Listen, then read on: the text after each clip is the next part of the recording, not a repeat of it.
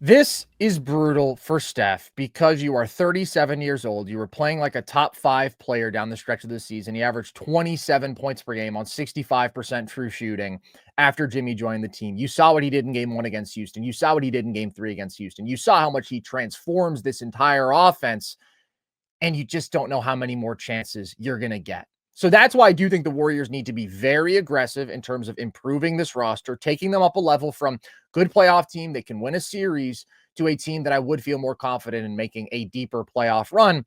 I have a slew of moves that I'll walk you through here, Logan. You tell me what you think about this as sort of a Warriors offseason outline. So, first thing, I think that Kuminga is obviously gone. Maybe they can execute a sign and trade so they get some asset back for him. I'm just not sure that that's going to be feasible. I kind of think some team like Brooklyn, who has an insane amount of cap, will just sign him outright. And then the Warriors are not in a position to do any negotiating there. I mean, theoretically, they could match, but if the dollar value is too high, then they won't be able to match. And I think that there's a real possibility that they just lose him. And the reason that I bring up Brooklyn specifically is I've had multiple people come to me and be like, oh, well, I think a Kuminga sign and trade for Cam Johnson is the move.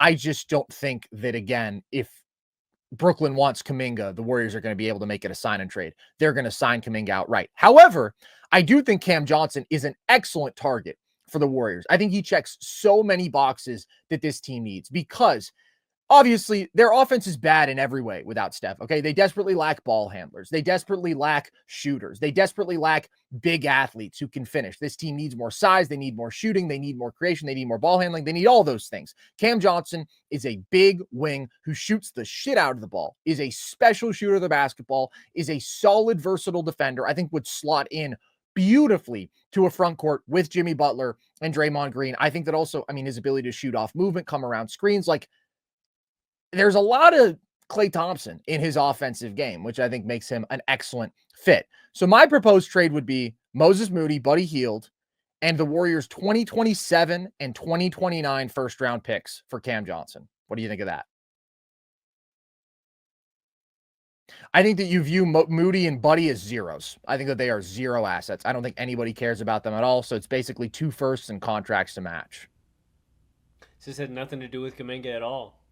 No, I think you have to assume that Kuminga's gone. I don't hate it. I'm just trying to think about if Cam is worth two firsts. I think he is.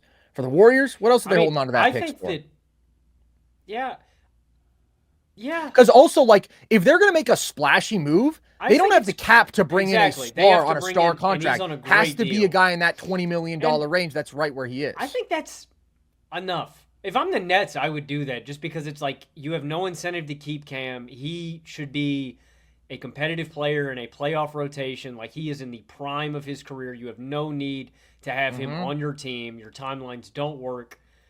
You're getting two firsts that actually could be good Could be picks, really good first. depending on where Golden State is. Like, I would do that if I was Brooklyn. That would definitely be enough for me if I was the Brooklyn GM. Yeah, I think that it's a good deal. I also think that, like, the more that Brooklyn sits on their hands, the more that Cam Johnson's value is going to go down because right now you're only getting 2 years of him. And then you don't want to get to a point where it's like, okay, you're only getting Cam Johnson for a year and a half. I think you want to maximize the asset. And I do think he showed more ability to create this year running pick and roll. He showed growth as a passer, and he is such a phenomenal complementary offensive piece who slots into a position of need for them in the front court. So I would love that. I'm not done, though.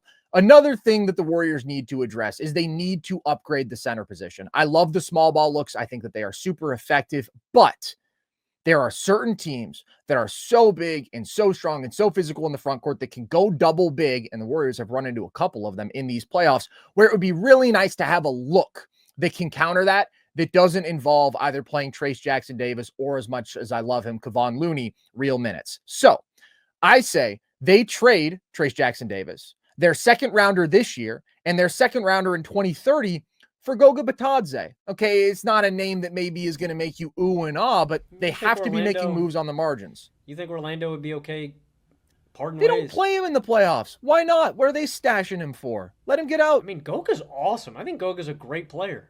I think Goga's good. I think that Goga is a really good rim protector. I think that Goga has decent passing feel. I think that he has good interior scoring touch and skill. He's got great size. Like, he's a Yeah, very solid and center. like I just think that's a really valuable archetype that kind of gets undervalued. Like it's like, yeah, sure, you can have a guy in that mold, but is he really that good in that mold, right? Your big body rebounding. But Todd, like, it's like Looney's a really good rebounder. Okay. Quentin Post is a really good floor spacer, right? They're giving us these different looks, but Batadze gives you the two most valuable things, in my opinion, that you can get in a simple big man, a rotational guy. He can protect the rim and he can rebound at a high level. And Batadze's really solid. I've wanted to see him get more burn and more, yeah, just more opportunity out there on the floor because he is kind of buried in that deep Orlando Yeah. front court. So I love that for the Warriors if they can make that happen. I really like both of those players as assets, Batadze and Cam. Like, that's a guy who can play 20 minutes a game for you. That's a guy who can start in a pinch. Neither of the Warriors' current centers, and maybe you can include Quentin Post as a center, like, all those guys are so flawed. They're not sniffing anybody else's playoff rotation. So those would be my first two moves. Then their last chip to bargain with here is their mid-level exception, or really their last piece to use, which I think is going to be 14 million for them. And I think with that, they have to target another capable offensive guard. Maybe a Ty Jerome. Maybe he's tanked his value. I still think he's going to end up getting more than that. And I think he's going to get something multi-year, more long-term. So that's like a dream scenario. I just think he'd be a great fit. But I think that it's very reasonable that they could use that mid-level exception on multiple guys like Gary Trent Jr. and Luke Kennard. Gary Trent Jr. played for the minimum this year. If you bring those two guys in, those are two excellent shooters of the basketball. Luke Kennard is a guy who can handle for you, who can make capable decisions. And like, you can't overstate how much of an upgrade bringing in actual I mean, professionals like dude, that to this Warriors rotation is. I was gonna say like as great as Buddy could be on a given night, I feel like Trent and Kennard are more consistent. And honestly, shout out Buddy. I was wrong about Buddy and his value to this team. He still had a lot of really crippling, crushing, just defensive moments. Oh, Where I'm yeah. like, bro, come on, dude, just don't fall asleep. Like, just how many times do I got to see Buddy Hield get back? How many times does Buddy Hield have to get back cut until he like stops letting it happen, man? So these are all great moves that I think would make the Thanks, man. Warriors like tangibly better. And I want to be clear, you're not solving anything defensively bringing in a Luke Kennard. You're not really solving anything defensively bringing in Gary Trent. I just think they're better guys in the same archetype. Like, Kennard is actually a better shooter than Buddy. Kennard's one of the greatest shooters ever statistically. I mean, I think he's like almost got his something. third time leading the league in three-point percenters this year, and he can actually handle and pass in a way that Buddy cannot. And like, again, you're just trying to put together a relatively deep group, not 12 deep where it's like, hey, maybe we play Pat Spencer tonight. Like, I'm talking about actual 8 deep with dudes who you trust to fill their roles at a capable level. So here's how that roster would look next year. And I don't think that any of those moves are unreasonable for the Warriors to pull off. You go into next season with Steph Curry, Brandon Pajemski, Jimmy Butler, Cam Johnson, Draymond Green as your starting lineup, with Goga Batadze, Luke Kennard, Gary Trent Jr., Quentin Post, and Guy Santos will still be around. Maybe you can get back a Gary Payton II or Looney on the minimum. Maybe they take a team deal, or honestly, I just don't know if anybody else in the league is going to pay those guys. Like, they're such Warriors merchants. The one position that I'm looking at and the one archetype I feel like this team needs is a bench ball handler, like a more reliable, like floor general kind of guy, which is where if they could get a Ty Jerome, I think it would be worth getting. I think he's super valuable just in terms of what he can do to float your offense without the stars. I agree. And realistically, Pods just has to get better.